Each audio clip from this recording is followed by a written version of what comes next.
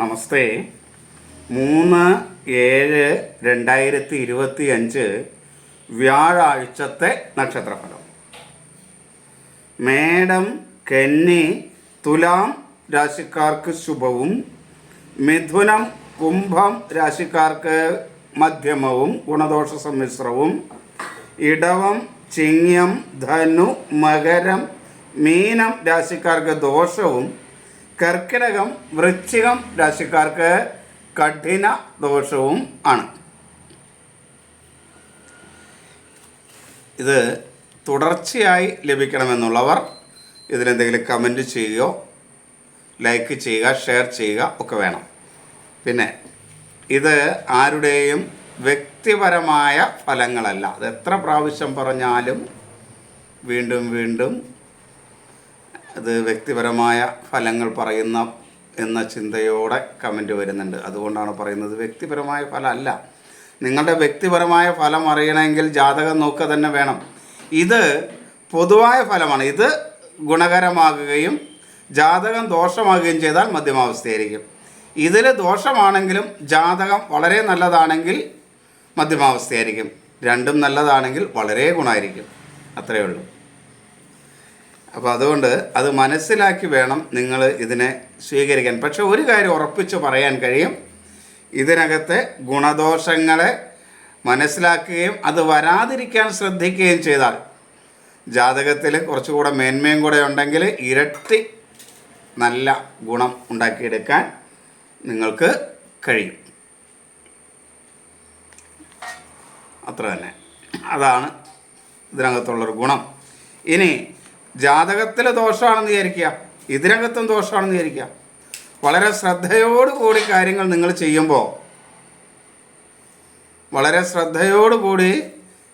ചെയ്യുമ്പോൾ, ദോഷത്തിൻ്റെ അളവ് കുറയ്ക്കാൻ കഴിയും. അതാണ് ഞാൻ ഇതുകൊണ്ട് ഉദ്ദേശിക്കുന്നത്. ദോഷത്തിൻ്റെ അളവ് പരമാവധി കുറയ്ക്കുകയും കിട്ടുന്ന ഗുണഫലങ്ങളെ നല്ല രീതിയിൽ സ്വീകരിക്കാനും കഴിയുന്ന അവസ്ഥ ഉണ്ടാകുക എന്നുള്ളതാണ് ഞാൻ ഈ ഫലം കൊണ്ട് ഉദ്ദേശിക്കുന്നത്. അത് എന്തായാലും കുറേ പേർക്കെങ്കിലും അനുഭവത്തിൽ വരുന്നുണ്ട് എന്ന് പലരും വിളിച്ചു പറയുന്നുണ്ട്. ചിലർ കമൻ്റായിട്ട് ഇടുക തന്നെ ചെയ്യുന്നുണ്ട്. ചിലർക്ക് കമൻ്റ് ഇടാനൊരു വിഷമമാണ്. കാരണം ചില ആളുകൾ അങ്ങനെയാണ്.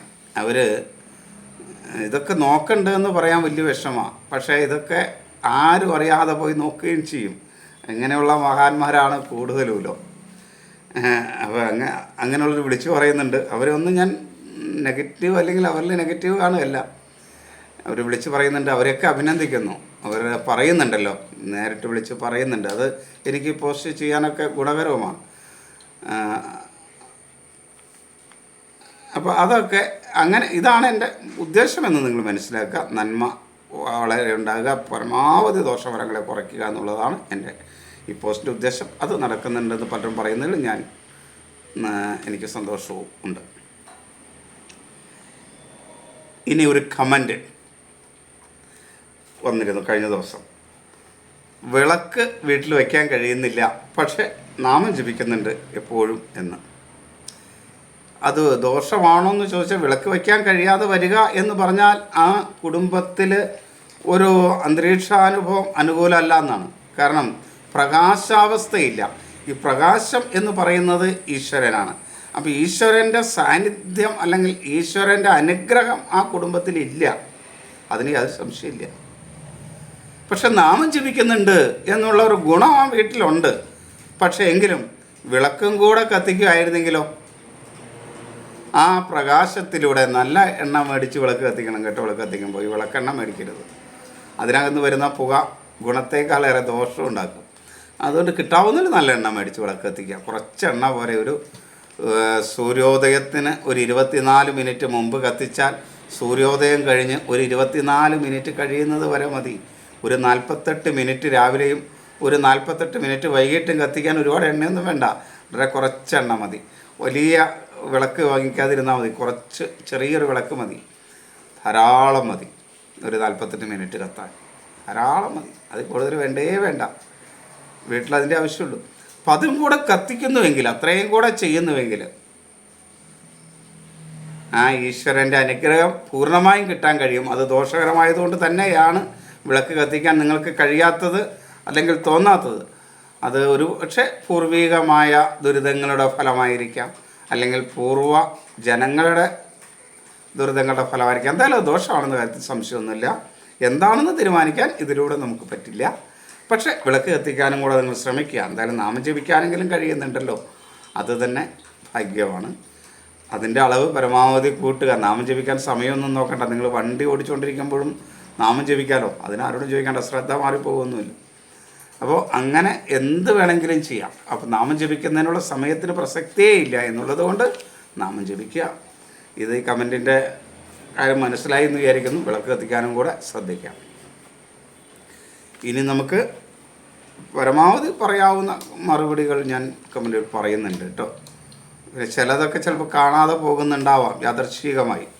അങ്ങനെയുള്ളവരെന്നെ ഒന്നും കൂടെ ഓർപ്പിച്ചാൽ മതി, ഞാനത് പറയാനായിട്ട് ശ്രദ്ധിക്കാം.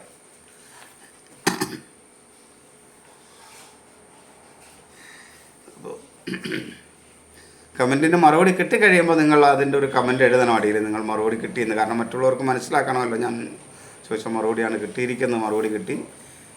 തൃപ്തികരമായിരുന്നെങ്കിൽ അങ്ങനെ, തൃപ്തികരമല്ലെങ്കിൽ മറ്റെന്തെങ്കിലും അതിനോടുണ്ടെങ്കിൽ അതും കൂടെ ചേർത്ത് കമൻറ്റ് ചെയ്താൽ തൃപ്തികരമാക്കാൻ പറ്റുന്നതാണെങ്കിൽ നമുക്ക് ചെയ്യാം.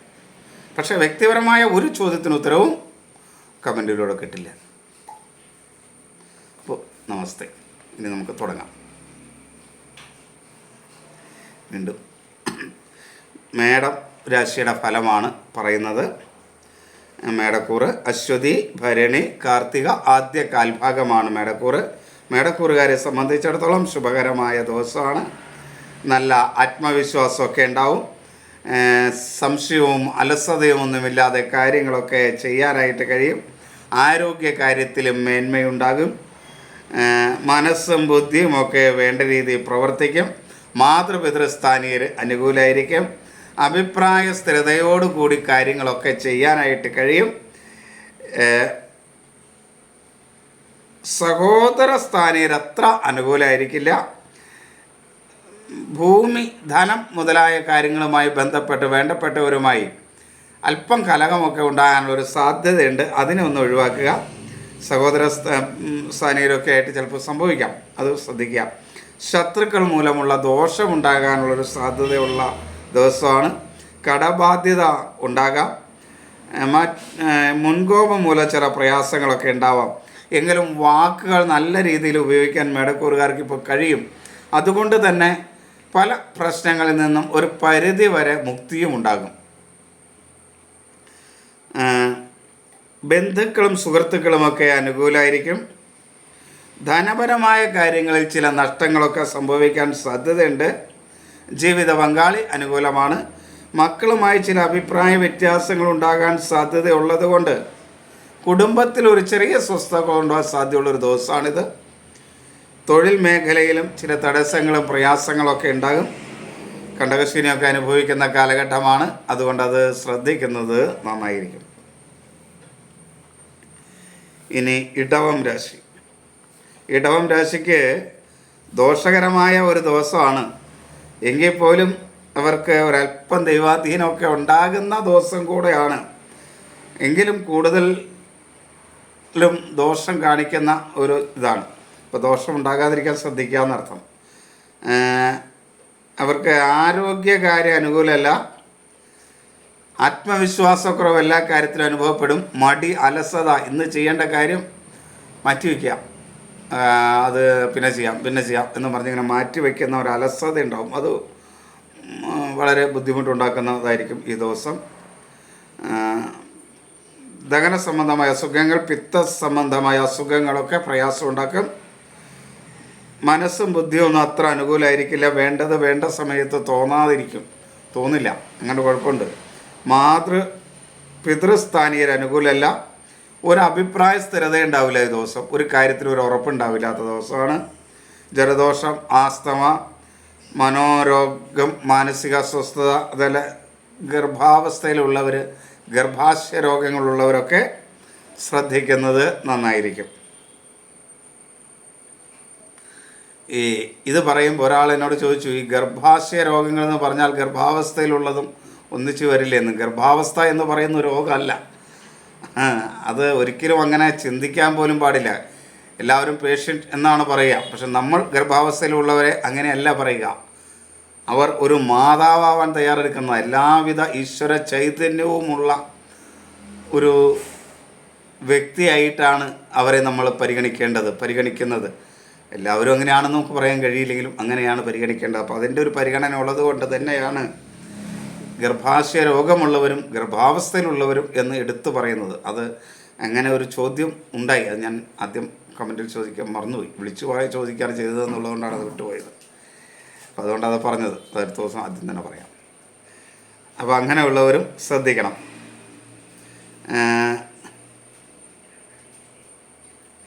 അതേപോലെ സഹോദര സ്ഥാനികര് അത്ര അനുകൂലമല്ല. ശത്രുക്കൾ മൂലമുള്ള ദോഷം ഉണ്ടാകുന്ന ഒരു സമയമാണ്. കടബാധ്യതയും വർദ്ധിക്കും. ആവശ്യമില്ലാത്ത വാക്കുകൾ മൂലം കലഹങ്ങൾ ഉണ്ടാവാനുള്ള ഒരു സാധ്യതയുമുണ്ട്. മുൻകോപം വർദ്ധിക്കും. വാക്കുകൾ വളരെയധികം ശ്രദ്ധിക്കണം. ആവശ്യമില്ലാത്ത ഒരിടത്തും പോയി അഭിപ്രായം പറയരുത് ഇടവരാശിക്കാരെന്ന് ഈ ദിവസം.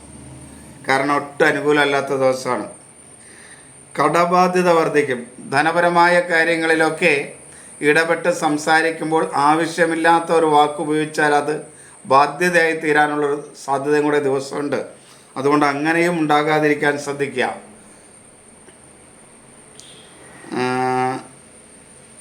ബന്ധുക്കളും സുഹൃത്തുക്കളും ഒന്നും അനുകൂലമല്ല.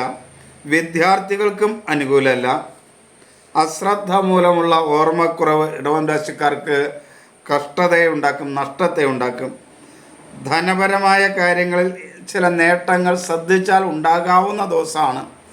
ദൈവാധീനമൊക്കെ ഉണ്ടാകുന്നൊരു ദിവസമാണ്. അപ്പോൾ അങ്ങനെ ഉള്ള ദിവസം പോലും വാക്കുകൾ മൂലം നഷ്ടം വരുന്ന അവസ്ഥ ഉണ്ടാകുന്നത് ശ്രദ്ധിക്കണം, ഉണ്ടാകാതിരിക്കാൻ.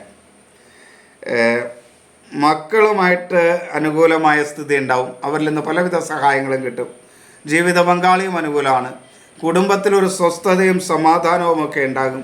തൊഴിൽ മേഖലയിൽ ശ്രദ്ധിച്ചാൽ നേട്ടങ്ങൾ ഉണ്ടാക്കാൻ കഴിയുന്ന ഒരു കാലഘട്ടമാണ് ഇടവൻ രാശിക്കാർക്ക്.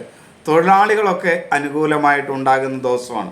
ജാതകങ്ങളൊക്കെ അനുകൂലമാണെങ്കിൽ തൊഴിലാളികളും അനുകൂലമായിരിക്കും. അല്ലെങ്കിൽ തൊഴിലാളികൾ മധ്യമാവസ്ഥയിലായിരിക്കും എന്ന് മാത്രമേ ഉള്ളൂ. ദോഷം വരാനുള്ള സാധ്യത വളരെ കുറവാണ് ഇടവൻ രാശിക്കാർക്ക്.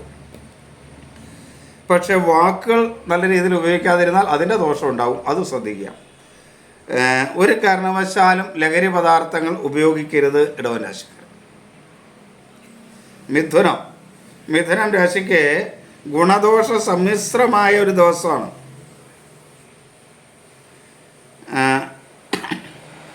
ഒരു ആത്മവിശ്വാസക്കുറവും അലസതയും ആരോഗ്യ പ്രശ്നങ്ങളും ഒരു ഐശ്വര്യക്കുറവും പൊതുവെ അനുഭവപ്പെടുന്ന ദിവസമാണ് മിഥുനക്കൂറുകാർക്ക്. എങ്കിലും നന്നായിട്ട് നാമം ജപിക്കുകയൊക്കെ ചെയ്താൽ ഗുണദോഷ സമ്മിശ്രാവസ്ഥ ആയതുകൊണ്ട് ഗുണത്തെ കൂട്ടാൻ പറ്റുമെന്ന് ശ്രമിക്കാവുന്നതേ ഉള്ളൂ. അലർജി സംബന്ധമായ അസുഖങ്ങളുള്ളവർ, മാനസികമായ അസ്വസ്ഥതയുള്ളവർ, ഉദരരോഗമുള്ളവരൊക്കെ ശ്രദ്ധിക്കുക. മനസ്സും ബുദ്ധിയൊന്നും വേണ്ട രീതിയിൽ പ്രവർത്തിക്കില്ല. മാതൃപിതൃസ്ഥാനീയർ അനുകൂലമായിരിക്കില്ല. ഒരു കാര്യത്തിലും ഒരു ഉറപ്പുണ്ടാവില്ല. ഒരു അഭിപ്രായ സ്ഥിരത ഉണ്ടാവില്ല. സഹോദര സ്ഥാനീയരെന്ന മിഥുന രാശിക്കാർക്ക് ഗുണകരമായിരിക്കും. അവരിൽ നിന്ന് പല സഹായങ്ങളും ഒക്കെ ലഭിക്കും. ശത്രുദോഷം കുറയുന്ന സമയമാണ്. അതുമാത്രമല്ല, ശത്രുക്കളായിട്ടുള്ളവർക്ക് ഒന്ന് ശ്രദ്ധിച്ചാൽ അവരെ കാര്യങ്ങൾ പറഞ്ഞ് സംസാരിച്ച് ആ ശത്രു സ്ഥാനത്ത് നിന്ന് മാറ്റാൻ കഴിയുന്ന ഒരു ദിവസം കൂടെയാണ്. ശത്രുക്കളെ മിത്രങ്ങളാക്കി എടുക്കാൻ കഴിയുന്ന ഒരു ദിവസമാണ്. വാക്കുകളൊക്കെ നല്ല രീതിയിൽ ഉപയോഗിക്കാൻ കഴിയും എന്നുള്ളത് കൊണ്ട് കുറേ അധികം ദോഷങ്ങളെ കുറയ്ക്കാനും അനുകൂലാവസ്ഥയെ കൂട്ടാനും കഴിയും. അതുകൊണ്ട് അത് ഒന്ന് ശ്രദ്ധിക്കുക. ബന്ധുക്കളും സുഹൃത്തുക്കളൊക്കെ അനുകൂലമായിരിക്കും. ധനപരമായ കാര്യങ്ങളിൽ ചില നഷ്ടങ്ങൾ ഉണ്ടാവും. മക്കളുമായിട്ട് ചെറിയ അഭിപ്രായ വ്യത്യാസങ്ങളൊക്കെ ഉണ്ടാവാതിരിക്കാൻ ശ്രദ്ധിക്കുക. ജീവിത പങ്കാളി അനുകൂലമാണ്. തൊഴിൽ മേഖലയിൽ ചില കലഹങ്ങൾ, അഭിപ്രായ വ്യത്യാസങ്ങളൊക്കെ ഉണ്ടാവും. അത് ഒഴിവാക്കാൻ ശ്രദ്ധിച്ചാൽ കഴിയുന്നതും ആയിരിക്കും. കർക്കിടകം രാശി. കർക്കിടകം പുണർദം അവസാന കൽഭാഗം പൂയം ഐല്യം. കർക്കിടകക്കാർക്ക് കഠിന ദോഷമാണ്. വളരെയധികം ശ്രദ്ധിക്കേണ്ട ദിവസമാണ്. ഒരു കാരണവശാലും അശ്രദ്ധയൊന്നും പാടില്ല. എല്ലാ കാര്യത്തിലും അലസത, മടി, മാറ്റിവെക്കൽ, ആരോഗ്യ പ്രശ്നങ്ങൾ ഒക്കെ ഉണ്ടാവും. അതേപോലെ നേത്രരോഗങ്ങൾ, പൊള്ളൽ, ഇങ്ങനെയൊക്കെ ഉള്ളവർ ശ്രദ്ധിക്കണം. പ്രതിരോധ ശക്തി കുറവ് വളരെയധികം ഉണ്ടാകുന്ന ഒരു ദിവസമാണ് കർക്കിടകക്കൂറുകാരെ സംബന്ധിച്ച്. ക്ഷീണം ശരീരത്തിൽ അനുഭവപ്പെടും. പക്ഷെ എന്നാലും മനസ്സും ബുദ്ധിയൊക്കെ വേണ്ട രീതിയിൽ പ്രവർത്തിക്കും. മാതൃസ്ഥാനീയർ അനുകൂലമായിരിക്കും. ഒരഭിപ്രായ സ്ഥിരത ഉണ്ടാകുമെന്ന ഗുണവും ഇവർക്കുണ്ടാകും. സഹോദര സ്ഥാനീയരൊന്നും അനുകൂലമല്ല. ശത്രുക്കൾ മൂലമുള്ള ദോഷം ഉണ്ടാകും. വളരെയധികം ശ്രദ്ധിക്കണം. മിത്രങ്ങൾ പോലും ശത്രുക്കളാകുന്ന ദിവസമായിരിക്കും. അതേപോലെ കടബാധ്യത വരും. അപകടങ്ങളും ഉണ്ടാകാതിരിക്കാനായിട്ട് ശ്രദ്ധിക്കണം. ബന്ധുക്കളും സുഹൃത്തുക്കളും ഒന്നും അനുകൂലമല്ല. ധനപരമായ ചില നഷ്ടങ്ങളുണ്ടാവും. ധനപരമായ കാര്യങ്ങളിൽ സഹോദര സ്ഥാനീയരും മറ്റുമൊക്കെ ആയിട്ട് ചില കലഹങ്ങളും ഉണ്ടാകും. മക്കളുമായിട്ട് അഭിപ്രായ വ്യത്യാസങ്ങൾ ധനപരമായ കാര്യങ്ങളുണ്ടാകും. അത് ശ്രദ്ധിക്കണം. എന്നാൽ ജീവിത പങ്കാളി ഒരു പരിധിവരെ അനുകൂലമായിരിക്കും. പൂർണ്ണമെന്നല്ല, ഒരു പരിധി വരെയൊക്കെ അനുകൂലമായിരിക്കും. തൊഴിൽ മേഖല അനുകൂലമല്ല. സഹപ്രവർത്തകരും മേലുദ്യോഗസ്ഥരൊന്നും അനുകൂലമായിരിക്കില്ല തൊഴിൽ മേഖലയിൽ. അതുകൊണ്ട് വളരെ ശ്രദ്ധയോടെ തൊഴിൽ മേഖല കൈകാര്യം ചെയ്യണം. ഒരു കാരണവശാലും ലഹരി പദാർത്ഥങ്ങൾ ഉപയോഗിക്കുകയും ചെയ്യരുത്.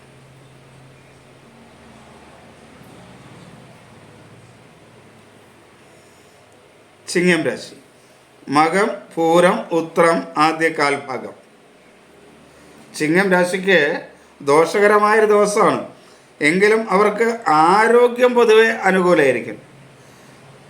ഒരാത്മവിശ്വാസമൊക്കെ ഉണ്ടാവും. പക്ഷേ മനസ്സ് അനുകൂലമല്ലാത്തത് കൊണ്ടും ബുദ്ധി അത്ര അനുകൂലമല്ലാത്തത് കൊണ്ടും അമിതമായ ആത്മവിശ്വാസത്തോടെ എടുത്തു ചാടി ഒരു കാര്യം ചെയ്യരുത്.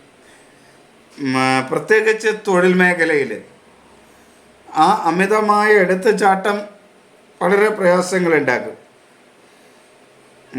മനസ്സും ബുദ്ധിയും ഒന്നും വേണ്ട രീതിയിലല്ലല്ലോ. അതുകൊണ്ട് മാതൃസ്ഥാനീയരും പിതൃസ്ഥാനീയരും അത്ര അനുകൂലമല്ല. അഭിപ്രായ സ്ഥിരത കുറയുന്ന ഒരു സമയമാണ്.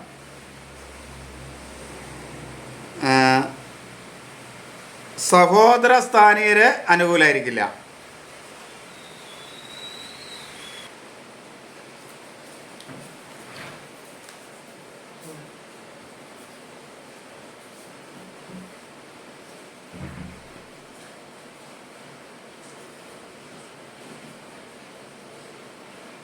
അതേപോലെ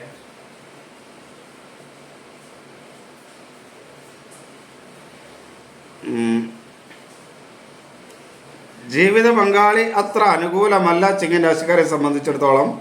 അതേപോലെ ശത്രുദോഷമൊക്കെ ഉണ്ടാകുന്ന ഒരു സമയമാണ്. വാക്കുകൾ വളരെ ശ്രദ്ധിക്കണം. ബന്ധുക്കളും സുഹൃത്തുക്കളും ഒരു പരിധിവരെ അനുകൂലമൊക്കെ ആയിരിക്കും. പരിധിവരെ അനുകൂലമായിരിക്കും ചിങ്ങൻ രാശിക്കാരെ സംബന്ധിച്ചിടത്തോളം. പക്ഷേ വളരെ അവരുടെ ഉപദേശങ്ങളൊക്കെ സ്വീകരിക്കുമ്പോൾ അത് വേണോ വേണ്ടയോ എന്നൊക്കെ ഒന്ന് ആലോചിച്ചിട്ടേ ചെയ്യാവൂ. അങ്ങനെ ഒരു ഇതൊന്ന് ശ്രദ്ധിച്ചാൽ മതി. എങ്കിലും ഒരു പരിധിവരെ അനുകൂലമായിരിക്കും. ദൈവാധീനമുള്ള ഒരു ദിവസമാണ്.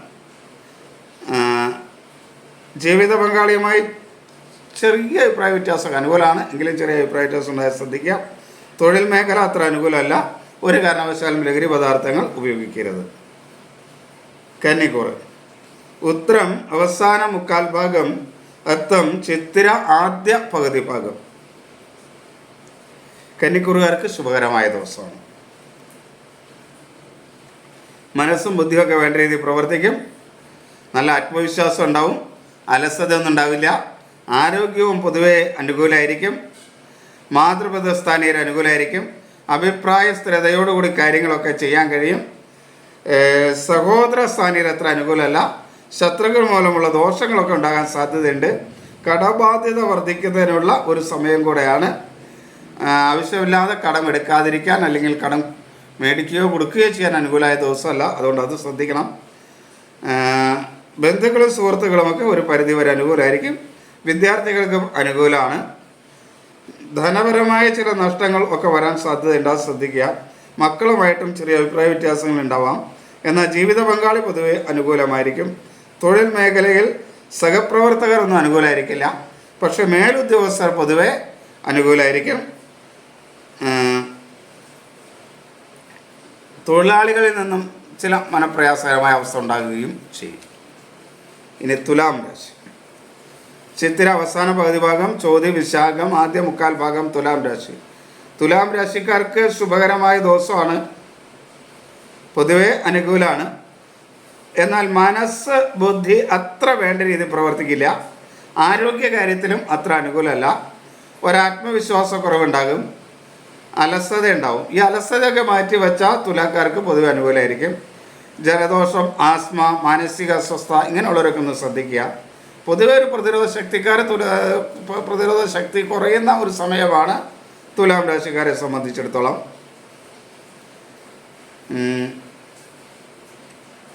എന്നാൽ ഇവർക്ക് സഹോദര സ്ഥാനീയർക്ക് അനുകൂലമാണ്. ഭൂമി സംബന്ധമായോ ഒക്കെ ചില നേട്ടങ്ങൾ ഉണ്ടാവും. ആരോഗ്യ അനുകൂലമായിരിക്കും. ശത്രുക്കൾ മൂലമുള്ള ദോഷമൊക്കെ കുറയുന്ന സമയമാണ്. അതുമാത്രമല്ല, ശത്രുസ്ഥാനത്ത് നിൽക്കുന്നവരെ ശ്രദ്ധിച്ചാൽ മിത്രമാക്കി മാറ്റാനും കഴിയും. അതിന് അനുകൂലമായ ഒരു സമയം കൂടെയാണ്. കടബാധ്യതയൊക്കെ കുറച്ചു കൊണ്ടുവരാൻ കഴിയും. വാക്കുകളൊക്കെ നല്ല രീതിയിൽ ഉപയോഗിക്കാൻ കഴിയുന്നത് കൊണ്ട് മറ്റുള്ളവരുമായുള്ള, ഞാൻ ആദ്യം പറഞ്ഞ പോലെ, അഭിപ്രായ വ്യത്യാസങ്ങളെ കുറയ്ക്കാനും ശത്രുക്കളായിട്ട് നിൽക്കുന്നവരെ മിത്രമാക്കാനും ശ്രദ്ധിക്കാവുന്ന കാര്യമാണ്. കാരണം ഏത് ആളുമായിട്ട് ശത്രുത ഉണ്ടാവേണ്ട കാര്യങ്ങളില്ല. കാരണം നമ്മുടെ സമയദോഷം കൊണ്ടാണ് അവർ നമ്മളോട് വഴക്ക് കൂടുന്നതെന്ന് വിചാരിച്ചാൽ നമുക്ക് അവരോട് ശത്രുത ഉണ്ടാവില്ലല്ലോ. അപ്പോൾ ശത്രുതയുള്ളവരെ നമ്മൾ ശത്രുത പ്രകടിപ്പിക്കാതിരിക്കുകയും പരമാവധി മിത്രമാക്കുകയും ചെയ്യാനായിട്ട് ശ്രദ്ധിക്കുക. മിത്രമാക്കുക എന്ന് പറഞ്ഞാൽ അവരെ വിശ്വസിക്കുക എന്നല്ല, അല്ലെങ്കിൽ അവരെ കണ്ണടച്ച് അവർ പറയുന്നത് കേൾക്കുക, അംഗീകരിക്കുക എന്നൊന്നല്ല. അവരോട് നമ്മൾ വെറുപ്പോടു കൂടി അവരെ സമീപിക്കുകയും അവരുടെ അഭിപ്രായങ്ങളെ വെറുപ്പോടു കൂടി സ്വീകരിക്കുകയും ചെയ്യുന്ന, അല്ലെങ്കിൽ കേൾക്കുകയും ചെയ്യുന്ന അവസ്ഥയെ ഒഴിവാക്കുക എന്നുള്ളതാണ് ചെയ്യേണ്ടത്. തുലാം രാശിക്കാർ വളരെയധികം ശ്രദ്ധിക്കുക. മിത്രങ്ങളാക്കാൻ കഴിയുന്ന സമയമാണ്. എന്ന് വെച്ചാൽ മിത്രങ്ങളായി കഴിയുമ്പോൾ അവരെ കണ്ണടച്ച് വിശ്വസിക്കുകയും ചെയ്യേണ്ട.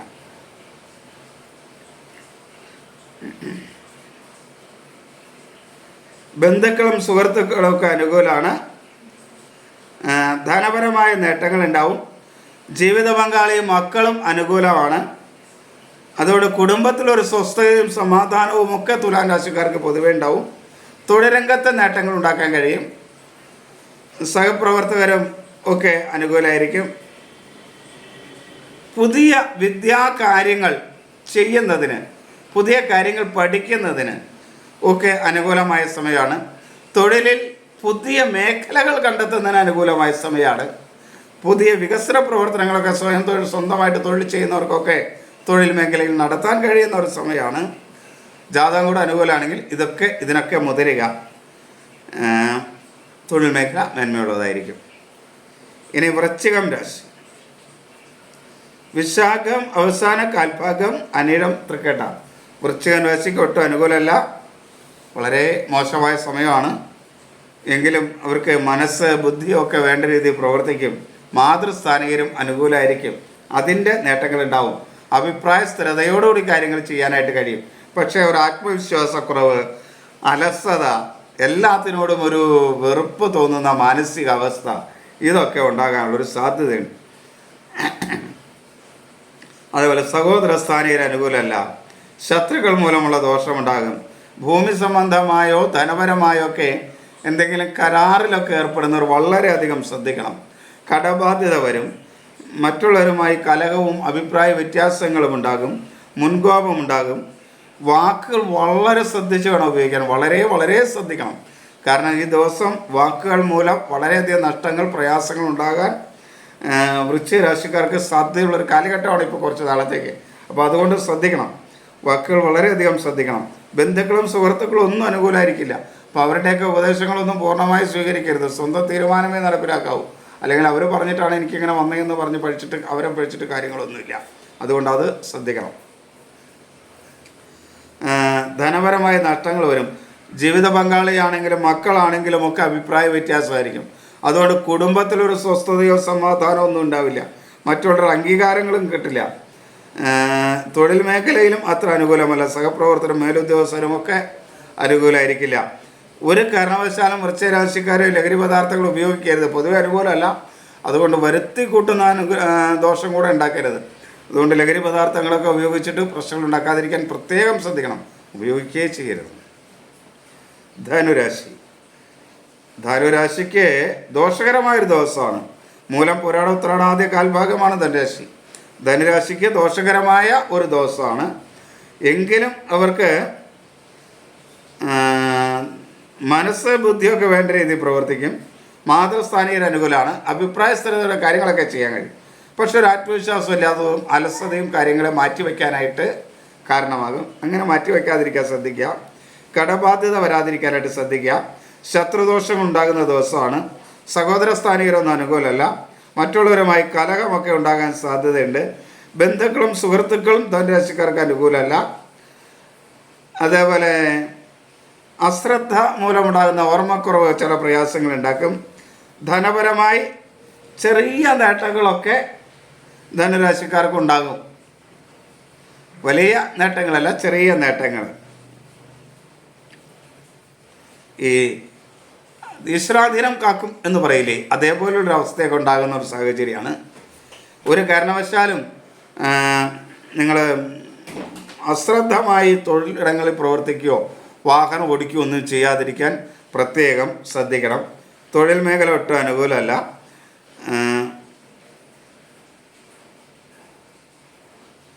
ജീവിത പങ്കാളി മക്കളും അനുകൂലമല്ല. അതേപോലെ തൊഴിൽ മേഖല അനുകൂലമല്ല എന്ന് പറഞ്ഞല്ലോ. ഇനി മകരം രാശി. ഉത്രാടം അവസാന മുക്കാൽ ഭാഗം, തിരുവോണം അവിട്ടം ആദ്യ പകുതി ഭാഗം മകരം രാശി. മകരം രാശിക്കാർക്ക് ദോഷകരമായൊരു ദിവസമാണ്. എങ്കിലും അവർക്ക് ആരോഗ്യ കാര്യത്തിൽ ചെറിയ മേന്മകളൊക്കെ ഉണ്ടാവും. അലസതയൊന്നുമില്ലാതെ കാര്യങ്ങൾ ചെയ്യാൻ കഴിയും. എന്നാൽ മനസ്സ് ബുദ്ധി ഒന്നും അത്ര അനുകൂലമായിരിക്കില്ല. മാതൃസ്ഥാനീയർ അനുകൂലമായിരിക്കില്ല. ഒരഭിപ്രായ സ്ഥിരതയോടെ കാര്യങ്ങൾ പറയാനും കഴിയില്ല. ജലദോഷം, ആസ്തമ, മാനസികമായ അസ്വസ്ഥത തുടങ്ങിയൊക്കെ ഉള്ളവർ വളരെയധികം ശ്രദ്ധിക്കണം. സഹോദര സ്ഥാനീയർ അത്ര അനുകൂലമല്ല. ശത്രുക്കൾ മൂലമുള്ള ദോഷം ഉണ്ടാവും. കടബാധ്യത വർദ്ധിക്കും. മറ്റുള്ളവരുമായി കലഹമുണ്ടാകും. മുൻകോപമുണ്ടാകും. വാക്കുകൾ വളരെ ശ്രദ്ധിച്ച് വേണം മകരക്കൂറുകാർ ഉപയോഗിക്കാൻ. കാരണം വാക്കുകൾ മൂലം ചില പ്രയാസങ്ങളുണ്ടാവും. ആവശ്യമില്ലാത്തിടത്ത് കയറി അഭിപ്രായങ്ങൾ പറയുന്ന ഒരു സ്വഭാവം മകരക്കൂറുകാർക്കുണ്ടെങ്കിൽ, അങ്ങനെയുള്ളവരുണ്ടെങ്കിൽ അത് അങ്ങോട്ട് ഒഴിവാക്കണം. അവിടെ എന്താ സംഭവിച്ചത് എന്ന് നോക്കാൻ പോകേണ്ട കാര്യമില്ല. അവിടെ എന്തെങ്കിലും സംഭവിച്ചാൽ നമ്മളെ വിളിക്കേണ്ടതാണെങ്കിൽ നമ്മളെ വിളിക്കും. അങ്ങനെ വിളിക്കുമ്പോൾ സമയത്ത് ചെന്നാൽ മതി. അല്ലാണ്ട് അന്വേഷിച്ച് ചെന്ന് വാക്കുകൾ പ്രയോഗിക്കുകയും അതിലൂടെ നഷ്ടങ്ങളും പ്രയാസങ്ങളും ഉണ്ടാകുകയും ചെയ്യുന്ന അവസ്ഥ ഒഴിവാക്കേണ്ടതാണ് മകരക്കൂറുകാർ. ധനപരമായ നഷ്ടങ്ങളൊക്കെ ഉണ്ടാകും. എങ്കിലും ജീവിത പങ്കാളി പൊതുവെ അനുകൂലമായിരിക്കും. തൊഴിൽ മേഖലയിലും നേട്ടങ്ങളുണ്ടാവും. തൊഴിലാളികളുടെ അംഗീകാരമൊക്കെ ഉണ്ടാകും. മേലുദ്യോഗസ്ഥരിൽ നിന്നൊക്കെ അനുകൂലമായ സ്ഥിതി ഉണ്ടാവും. ഒരു കാരണവശാലും മകരം രാശിക്കാരും ലഹരി പദാർത്ഥങ്ങൾ ഉപയോഗിക്കരുത്. കുംഭം രാശി. അവിട്ടം അവസാന പകുതി ഭാഗം, ചതയം പോരൂരുട്ടാതി ആദ്യ മുക്കാൽ ഭാഗം. കുംഭം രാശിക്ക് ഗുണദോഷ സമ്മിശ്രമായ ഒരു ദിവസമാണ്. പൊതുവെ ദൈവാധീനമൊക്കെ ഉണ്ടാകുന്ന ഒരു ദിവസമാണ്. എങ്കിൽ പോലും അവർക്ക് മനസ്സ് ബുദ്ധി അനുകൂലമല്ല. മാതൃപിതൃസ്ഥാനീയർ അനുകൂലമല്ല. ഒരാത്മവിശ്വാസക്കുറവ് അനുഭവപ്പെടും. അലസത കൊണ്ട് പല കാര്യങ്ങളും ചെയ്യാൻ പറ്റാതെ വരും.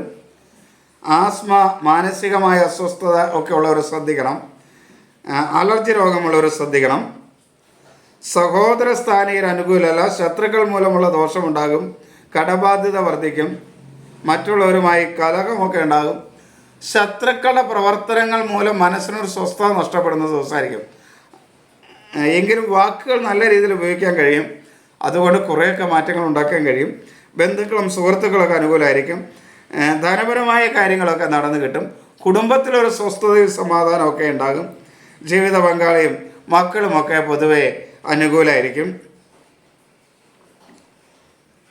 കടം വാങ്ങാതിരിക്കാൻ അന്ന് പ്രത്യേകം ഒന്ന് ശ്രദ്ധിച്ചാൽ നന്നായിരിക്കും. കാരണം കടം വരാനുള്ള സാധ്യതയുണ്ട്. അത് മാത്രമല്ല, കടം വാങ്ങാൻ അനുകൂലമായ ദിവസം കൂടെ അല്ല കുംഭൻ രാശിക്കാരെ സംബന്ധിച്ചിടത്തോളം ഈ ദിവസം. അതുകൊണ്ട് അത് അന്ന് കടം വാങ്ങാതിരിക്കും. പരമാവധി ക്രയവിക്രയങ്ങൾ അന്ന് ഒഴിവാക്കുന്നത്, ഈ ദിവസം ഒഴിവാക്കുന്നത് നന്നായിരിക്കും. തൊഴിൽ മേഖല ഒട്ടും അനുകൂലമല്ല. മേലുദ്യോഗസ്ഥരും സഹപ്രവർത്തകരും തൊഴിലാളികളുമൊക്കെ അനുകൂലമായിരിക്കില്ല. ഒരു കാരണവശാലും ലഹരി പദാർത്ഥങ്ങൾ ഉപയോഗിക്കരുത്. മീനം, പൂരോരുട്ടാതി, അവസാന കാൽഭാഗം ഉത്രട്ടാതി, രേവതി. മീൻ രാശിക്കാർക്ക് ഗുണകരമല്ലാത്ത ദിവസമാണ്, ദോഷകരമായ ദിവസമാണ്. അങ്ങനെയാണെങ്കിൽ കഠിനദോഷമല്ല, ദോഷകരമായ ദിവസമാണ്. എങ്കിലും അവർക്ക് മനസ്സ്, ബുദ്ധി, മാതൃസ്ഥാനീയരൊക്കെ അനുകൂലമാണ്. അഭിപ്രായ സ്ഥിരതയോട് കാര്യങ്ങളൊക്കെ ചെയ്യാൻ കഴിയും. പക്ഷേ പിതൃസ്ഥാനീയരുമായിട്ട് ചില അഭിപ്രായ വ്യത്യാസങ്ങൾ ഉണ്ടാകാതെ ശ്രദ്ധിക്കണം. ആത്മവിശ്വാസക്കുറവ്, അലസതയൊക്കെ ഉണ്ടാകും. ഇന്ന് ചെയ്യേണ്ട കാര്യങ്ങൾ ഒരാഴ്ച കഴിഞ്ഞ് ചെയ്യാം, അല്ലെങ്കിൽ 2 ദിവസം കഴിഞ്ഞ് ചെയ്യാം എന്ന് വിചാരിച്ച് അങ്ങോട്ട് മാറ്റിവെക്കുന്ന ഒരവസ്ഥ ഒഴിവാക്കണം. സഹോദര സ്ഥാനീയരൊക്കെ അനുകൂലമാണ്. ശത്രുക്കൾ മൂലമുള്ള ദോഷം കുറയും. കടബാധ്യതയൊക്കെ കുറയ്ക്കാൻ പറ്റും. മറ്റുള്ളവരുമായിട്ട് ചെറിയ അഭിപ്രായ വ്യത്യാസങ്ങളൊക്കെ ഉണ്ടാകാതിരിക്കാൻ ശ്രദ്ധിക്കുക. വാക്കുകൾ വളരെ ശ്രദ്ധയോടുകൂടി ഉപയോഗിച്ചാൽ ദോഷങ്ങളെ കുറയ്ക്കാൻ കഴിയും. പക്ഷെ വാക്കുകൾ മൂലം ചില പ്രയാസങ്ങൾ ഉണ്ടാവാൻ സാധ്യതയുണ്ട്. ധനപരമായ നഷ്ടങ്ങളുണ്ടാവും. മക്കൾ അത്ര അനുകൂലമൊന്നുമല്ല. ജീവിത പങ്കാളി പൊതുവെ അനുകൂലമാണ്. ബന്ധുക്കളും സുഹൃത്തുക്കളും അനുകൂലമായിരിക്കില്ല. തൊഴിൽ മേഖലയും അത്ര മേന്മയുള്ള സമയം ഒന്നും അല്ല. ഒരു കാരണവശാലും ലഹരി പദാർത്ഥങ്ങൾ ഉപയോഗിക്കരുത് ഈ മീനക്കൂറുകാർ. ഇത് ആരുടെയും ജാതകഫലമല്ല, പൊതുവായ നിർദ്ദേശമാണ്. ഇതിനകത്ത് പറഞ്ഞിട്ടുള്ള ദോഷങ്ങളൊക്കെ വരാതിരിക്കാനായിട്ട് ശ്രദ്ധയും കരുതലും ഒക്കെ കൊടുത്ത് ഈ ദിവസത്തെ ശുഭകരമാക്കാനായിട്ട് എല്ലാവരും ശ്രമിക്കുക. എല്ലാവരും ഈശ്വരൻ അനുഗ്രഹിക്കട്ടെ എന്ന് പ്രാർത്ഥിക്കുന്നു. എല്ലാവർക്കും നമസ്തേ.